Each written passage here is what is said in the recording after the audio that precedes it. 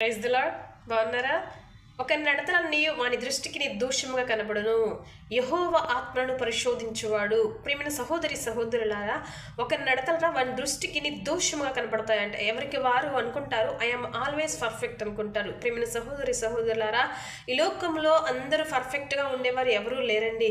దేవుడు ఒక మాట అంటాడు, అందరూ పాపం చేసి దేవుడు అనుగ్రహించు మహిమను పొందలేకపోవచ్చున్నారు అంటున్నారు.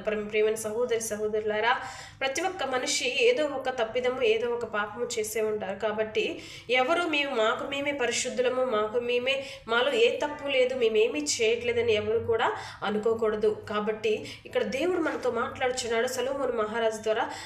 సామెతల గ్రంథం 16వ అధ్యాయం 2వ వచనం చూసుకున్నట్లయితే, ఒక నడతలు వాని దృష్టికి మరి మంచిగాను, మరి ఐయామ్ ఆల్వేస్ పర్ఫెక్ట్ అనుకుంటారండి. ఏమీ నాలో ఎలాంటి లోపం లేదు, నేను అన్నీ సక్రమంగా చేస్తున్నాను అనుకుంటారు. కానీ అవన్నీ కూడా దేవుడు పరిశీలిస్తాడంట.